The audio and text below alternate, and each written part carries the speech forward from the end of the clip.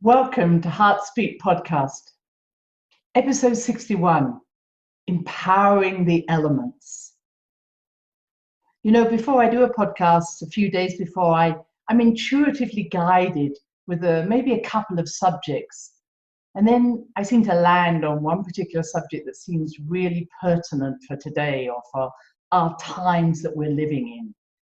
And of course, at the moment, there's a lot of talk about the coronavirus affecting the lungs, affecting the kidneys.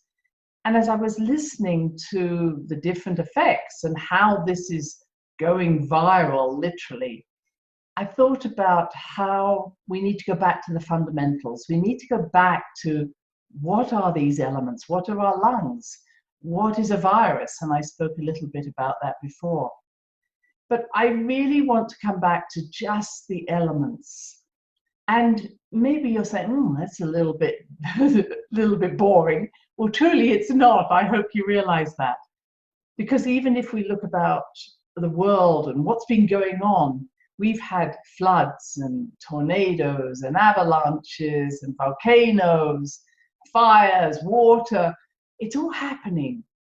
And we kind of say, well, that's flooding and that's fires and that's, but actually, it's all made up of just four things: earth, air, fire, water. And as I described in The Heart of the Great Mother, the new world we're moving into is actually a synthesis of those four. It is the earth, air, fire, water coming together as ether. And ether is that fifth element. And what I'm wanting you to understand is that it is by combining the four elements that we create the fifth. It's not a separate element, it is a combination.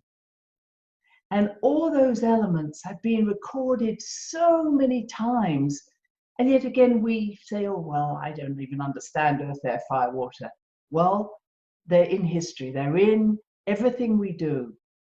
And I want to help you to understand that. And with that, I'm going to really look at my own filing system of this, because I wrote this many years ago in one of my books, and I thought, wow, earth, air, fire, water is everywhere, and we haven't understood it.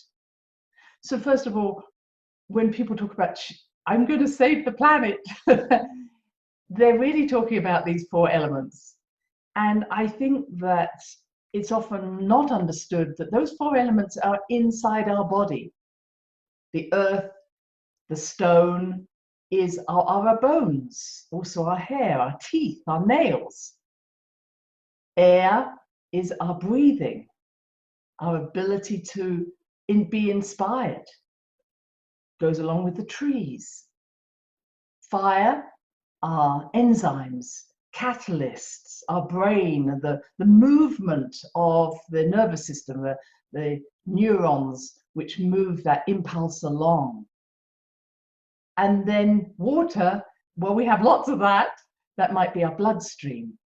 It's also our lymph system. It's also our kidneys, our bladder. So there are so many, our CSF, so many fluids in us that represent that water. So if you're going to save the planet, could you just save your body first? Could you take care of your own earth, air, fire, water? And since this virus particularly is affecting the lungs and the kidneys, we're particularly going to be looking at air and water. But really, I want you to understand through a meditation we're going to do, what are the earth, air, fire, water in you, and how can we act as alchemists to bring into balance these four elements within our world. Now, as an alchemist, you don't stand there saying, stop flooding or stop the fire. An alchemist is someone who actually understands that to change the flow of something, you have to become it. Now, this will be different for all of you. Some of you will say, I'm not sure if I can do that. So please go to the level you feel good about. I used to have a wonderful friend, and this is the image you see of him, Makua, who was a kahuna from Hawaii. And he used to teach me this. He said, if you want to catch fish, you first have to go to the shoreline and you have to state clearly what you want. I want fish for dinner. Secondly, you have to then enter the waters where the fish are. Then you have to become the fish. You have to become the fish that is willing to give itself to your dinner. And then the fish will come to you in abundance for your dinner. And it's that key point. If you read The Alchemist, it has the same qualities. It's not enough to say, as I say, I want fish, or I don't want floods, or I want the fire to die. You have to become that which you are commanding and be willing to merge with it, but also change yourself. In other words, are you willing to be the fish that is eaten? Are you willing to be the flood that calms itself? Are you willing to be the fire that is calmed, or whatever we're looking at? And it's not appropriate that we always want to calm everything. We need floods, we need water, we need tears. If you just really bring it to that small amount of issues, you might say, well, hang on, a flood is nothing like a tear. Well, it has the same quality. It washes things away. So that when we cry in a really deep way, we are literally washing away the sandcastle that we have built, the dreams we have built, the belief systems we built.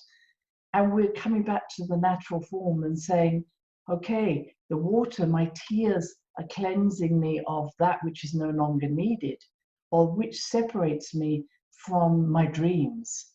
And that's how I see a woman's periods. It's not about just cleansing, it's about cleansing the barriers from our ocean of possibilities. It's cleansing us or clearing us of our mindset that gets limited into saying, this is how it has to be. I'm giving you a big view there of water. And fire is a catalyst. It always changes everything. Nothing's the same after fire goes through. Nor is it when we use our enzymes on food. It's changed. It's chemically changed. So even though we may see earth can bury something, or water can flood something, often what happens is when that water goes away or the earth goes away, things can be dried out or unearthed. But when fire goes through, nothing's going to be the same again. So everything changes. Is this getting you excited? I hope so. So let me just go through my list of earth, air, fire, water, make sure that you really understand this. And then we'll go into a meditation where we're going to both find our own earth, air, fire, water, and also work, as I say, as alchemists, to work with what's going on in the planet at this moment. So we start with earth. So the physical body is a physical form. As I said, it's very much our teeth, our bones, our hair, our nails. From a Jungian point of view, he also named all of these. Some of you know all of this, but it's sensation, the ability to feel, but not feel with your emotions, but literally to sense, smell, touch, etc. The animal is often known as the bull, but the symbols, which are very interesting, have been first of all put into tarot and then into playing cards. So initially it was earth represented pentacles, and it also represents part of spades if you play with playing cards. And earth, as you can understand, brings structure, brings form. And I always think that every one of the other elements needs that structure. A hearth is vital for a fire, so it stays somewhat contained. Water can often be channeled, funneled. Air can also be held. But earth can also stop all of those. It can dam water, it can put out fire. So earth is valuable for structuring, but must never suppress. Make sense? Good. Water, Jungian, it's the feeling. That's quite easy. It's our emotions. It is very much about the symbol of both cups in tarot and the heart in playing cards. And it is about flow. It is about connection. So when I'm looking at astrology and I see someone with a lot of water in their sign, in their chart, I can see there's someone who loves connecting. But anybody who knows about that, it can also mean you have very poor emotional boundaries. you don't know what is yours and what is someone else's. So water also needs to be contained at some level. But I remember the Native Americans describing water, and I love it. They said, water always falls to the lowest level, and it does in a glass. It's willing to be humble. It's willing to take on any shape. But they also said, if you've ever seen the Grand Canyon, that was created by water persistently driving through the mountain, through the rocks to reach the ocean. So the power of water is not just a few emotions. It is that which literally molds the earth. Our oceans have molded our earth, not the other way around. I want you to really understand that. And from my kahuna used to say, the ocean is the great mother's love, unconditional potential. It's like there's no limits. Sound good? Good. So then we move on to air, and air is thinking, from a Jungian point of view. It's our mental activity. As I say, it's our lungs, and it shows up as swords in tarot and clubs in playing cards. Air, lungs, inspiration, we have that word. Movement of spirit, that's what air does. It communicates in a different way. It's not connection, as is in water, it's communication. So to be inspired, to move information. Again, somebody who, like myself, who has a lot of air in my chart, I'm always connecting. I'm always making connections between one piece of information and another, and then I share that. So air is very important. We breathe in, we breathe out. We say, well, what does that mean? Literally, that breath is sharing information throughout our body. So our bloodstream carries that information in the oxygen, the hemoglobin, but it's literally our lungs that decide what information should be shared and what shouldn't. And I think, I'll come back to my coronavirus, one of the things that it's doing is killing the little cilia, the little waves, the little ways in which the lungs are able to clear themselves. So in some ways, the poor little lungs can't decide what is good for them, what's not. That's why I feel this is such a disease of over-information. So your lungs are really deciding what to clear out and what to receive. And that's very important. And the last piece here is fire. Fire is intuition. So again, being inspired is very much air, but intuition is that inner knowing, that inner fire within your heart. What is it you already know? It's wands in tarot and it's diamonds in playing cards. And it's, as I say, it's the catalyst that changes everything. Being fired up. How is your fire? What happens when you get fired up? And you can imagine that these elements go together. So earth and water are feminine, where fire and air are masculine. And that's just the way they come across. So you can imagine when you've got a lot of fire and you've got a lot of air, they can fire each other up and you're like, ah, hot air. So you kind of can be overwhelmed. But water and earth are containers. They're more magnetic, they're more feminine, they're nurturing. So when you're going to be looking at your own earth, air, fire, water just in a moment, I want you to look at where are they in balance and where are they perhaps not in balance.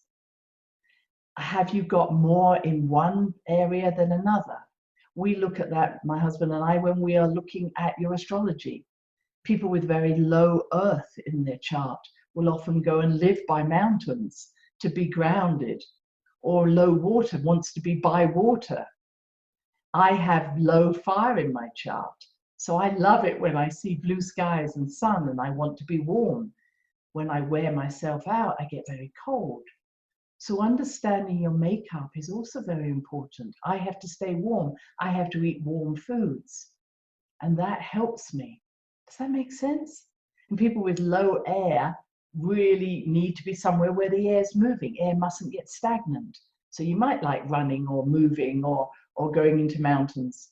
But when you've got lots of air, like I have, I find too much wind really does my head in, if I may say. It's like I can't think because there's just too much air. You can hear I really love working with the elements. I hope you will too. So I'm preparing for you to be in a place, like not driving or not doing anything else, where you could do this meditation with me. Please, if you're not in a suitable place, if you're driving, wait until you're in a suitable place where you can have your feet on the ground and you can have your eyes closed. So if you're ready, then please to come with me now. As always, take a few deep breaths. So you take a short breath in and a long breath out. Come down into your body, washing down through your body all the thoughts that may be circulating, even from what I've said.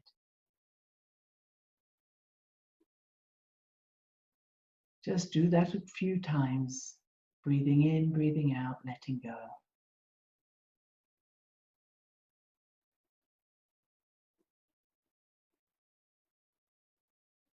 Now we're going to go through each of the elements in turn.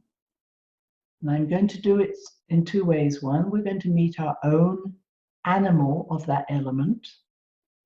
And secondly, we're going to then merge with that element and see what it needs to be empowered, to be in flow.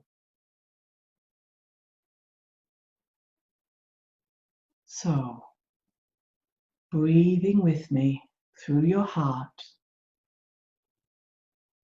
find yourself in a place where there is earth. That can be as small as a grain of sand. It can be just stones. It can be a mountain. Wherever you found yourself, where there is earth.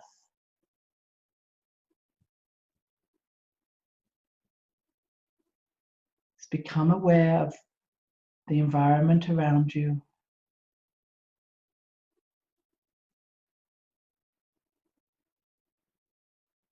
Now coming towards you is your own inner earth animal.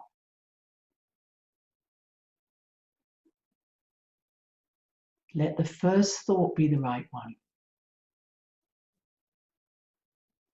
What is the animal that represents your inner earth? See it now.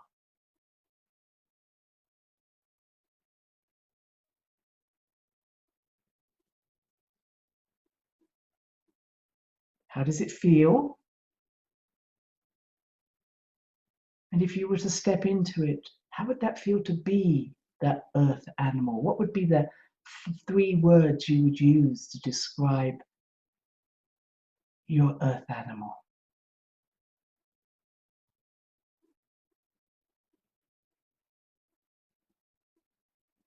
And how comfortable are you with this animal? In other words, if it's slow, do you want to be faster? Does it feel as if it's flowing in a way that really helps you ground yourself? Does it feel solid? Does that feel good, or does it feel stagnant?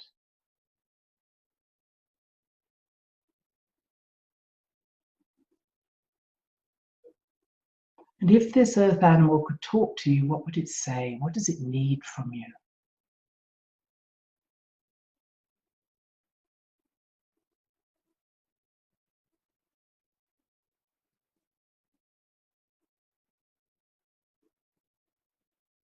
Stone or earth is slow, but is it too slow? Does it need to be moved? Or do you need to slow down and really appreciate its qualities?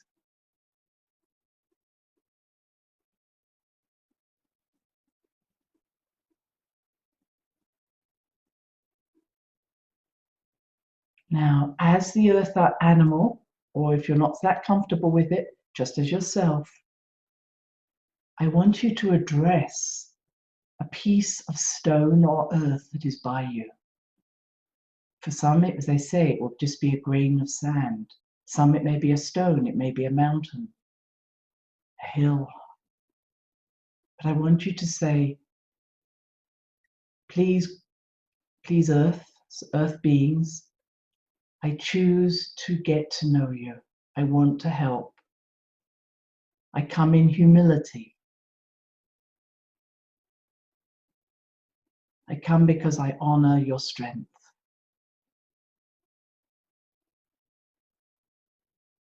And just for a moment, I want you to merge with whatever stone, earth structure you have met.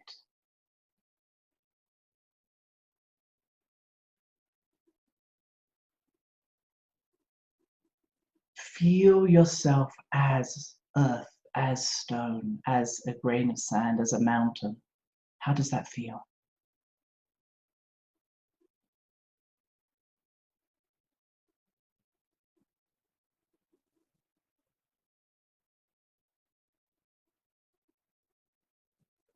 And what can you learn about the movement, the empowerment, the flow of earth by being in this place?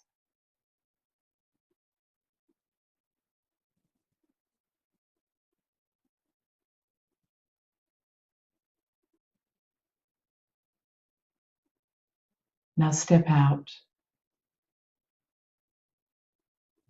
and please honor the stone, the earth kingdom, and say, I will serve you, help you in whatever way I can. So you're both learning what it's like to be that earth or that stone, but you're also saying, I will meet you again, and together we will make sure that this element flows well and is empowered.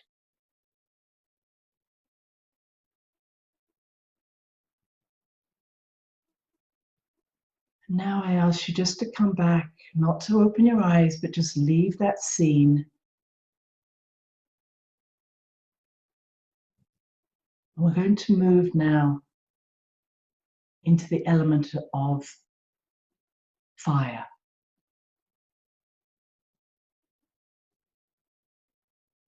So once again, see yourself through your heart, coming to a place where there is fire. It can be raging fire, it can be smoldering fire.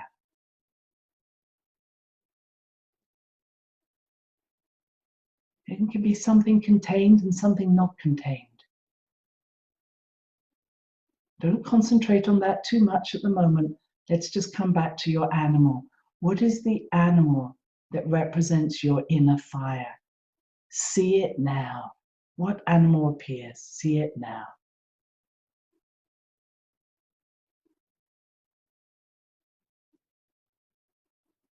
How would you describe that animal?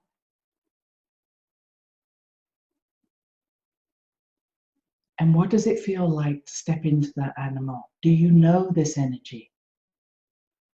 Is it safe? Is it scary? Familiar? How does that feel?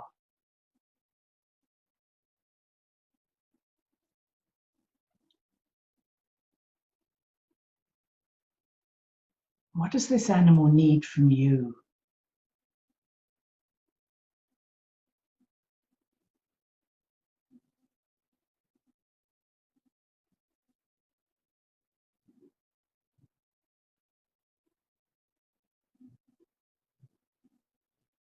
Now step out of the animal and once again bless and honor the element of fire in front of you. And say, I have come to help, I've come to help the flow and the empowerment of fire, the element of fire, both within the earth, within my being, within the world. I want to really appreciate how fire changes. And if for a moment you want to step into that fire and just feel it, and ask that fire, how can I help? What does the fire need from you?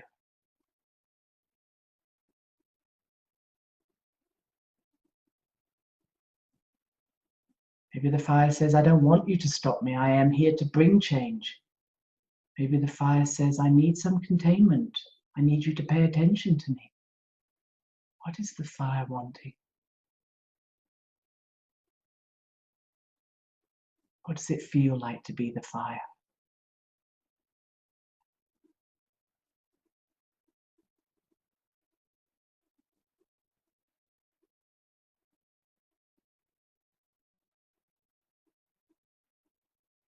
Now step out of the fire.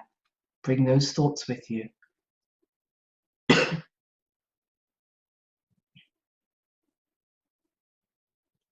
We're going to go to water next. So clearing your thoughts, just holding the memories. Find yourself by a place of water.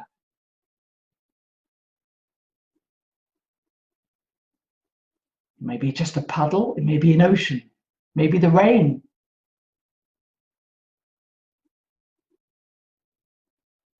And looking around, see an animal that represents water. Of course, this may be an animal that's used to being in water, but you may be surprised. What is the animal of your water?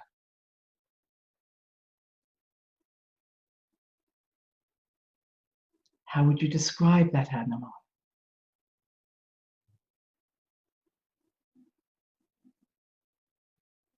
And stepping into that animal, how is this familiar to you? The flow, the connection. Are you familiar and comfortable with this animal of the water? Are you able to breathe if it goes under the water? Do you still feel in control? Or is it freedom? What does this animal bring you?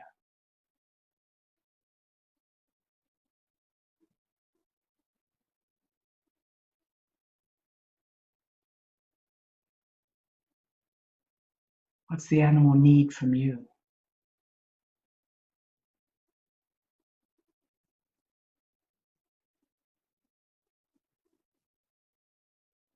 Now, stepping out of that animal, let yourself look around and see the water. What water is attracting you? Once again, honor that water. Honor what it does to the earth. It cleanses, it clears, it flows, it transports, it connects. Enter into that water, become the water. How does that feel?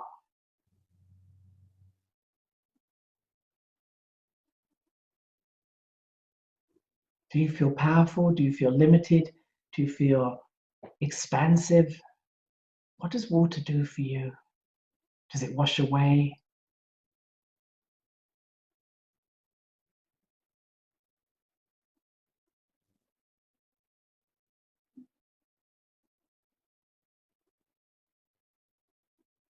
Stepping out of the water, honor it and say, I will help wherever I can to clear the flow, to use the water for cleansing. But I also need to not see water flooding out of control.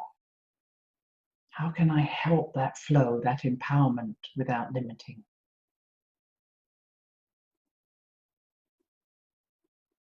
Where's water trying to get our attention?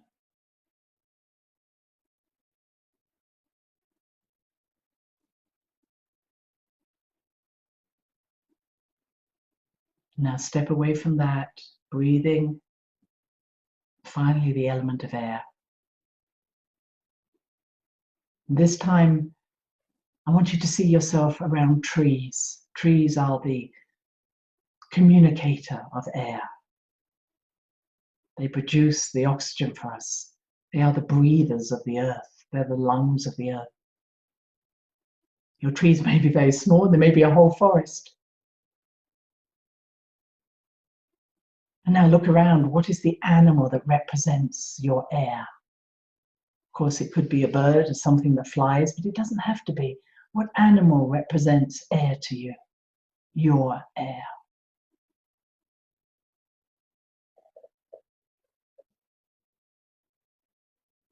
What qualities does that animal bring you?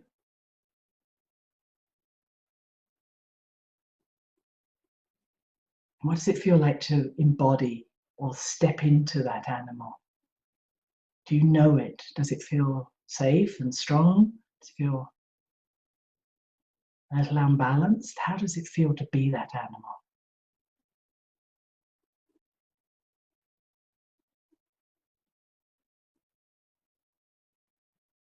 What does that animal need from you?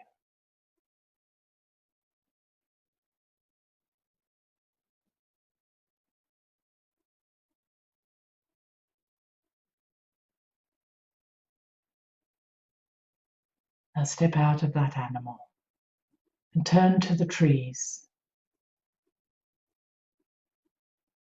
And I want you to imagine that there is a doorway into the tree, into the trunk of the tree especially. And that you are now the tree. How is the flow of energy through that tree?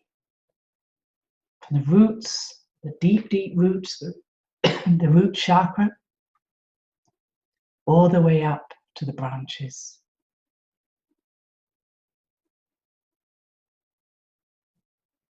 Clear any obstruction that may be there in the tree to the flow of energy between heaven and earth, earth and heaven. Breathe with the tree, be the tree.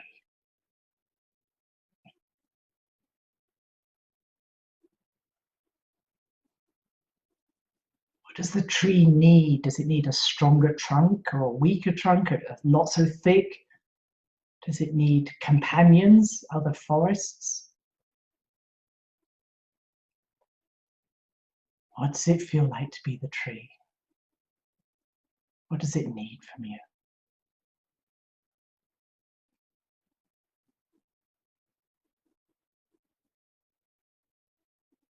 What's obstructing any of its flow?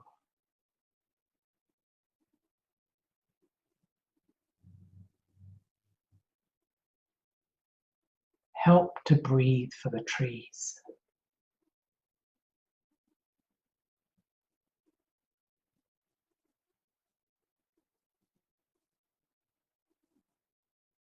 And once again now, step out, honor the trees, say you will help in any way you can.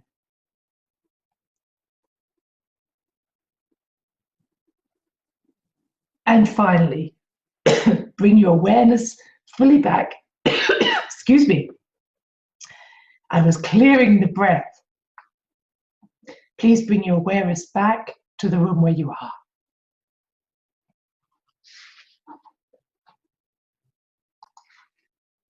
Well, that was a little coughing fit I had when I was breathing with the trees that felt quite blocked for me.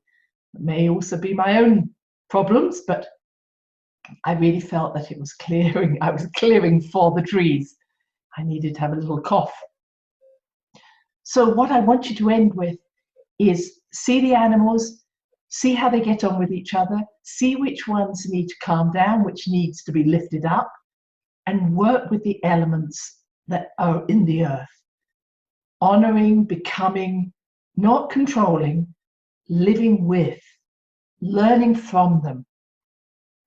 And that's the way we need to be living now, not as guardians or controllers of this earth. We need to live with her. She is changing, she is perfecting, she wants to reach her perfect state, and we better be along for the ride. And the best way of doing it is understanding from her from that elemental level. I hope you've enjoyed this journey. I'd love to see your comments wherever you want to put them. I really am so enthralled by this subject and by knowing that you're out there. So sending love to you all until next time. Bye-bye. Thanks for listening to the Heart Speak podcast with Dr. Christine Page. Remember to check out other episodes in the podcast archive section on www.christinepage.com. And do share with friends, family, and colleagues. Join us next time for another edition of Heart Speak.